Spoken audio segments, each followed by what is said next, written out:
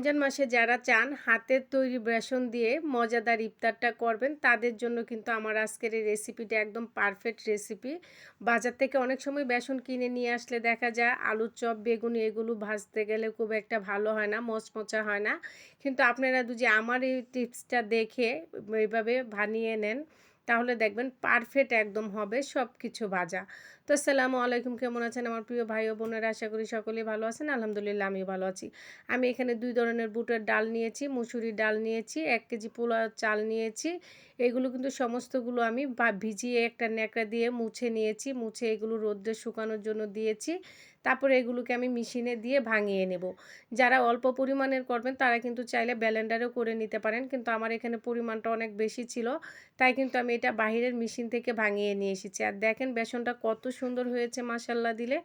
তো এটাই ছিল আমার আজকের বেসনের এই রেসিপি। যদি আপনাদের ভালো লেগে থাকে টিপসটা অবশ্যই আপনারা একটি লাইক করবেন, কমেন্ট করবেন, শেয়ার করবেন। যারা ইউটিউব থেকে দেখছেন তারা আমার চ্যানেলটিকে সাবস্ক্রাইব করে রাখবেন, পাশে থাকা বেল আইকনটিকে ক্লিক করে দিবেন। তো সকলেই ভালো থাকবেন, সুস্থ থাকবেন। আল্লাহ হাফেজ।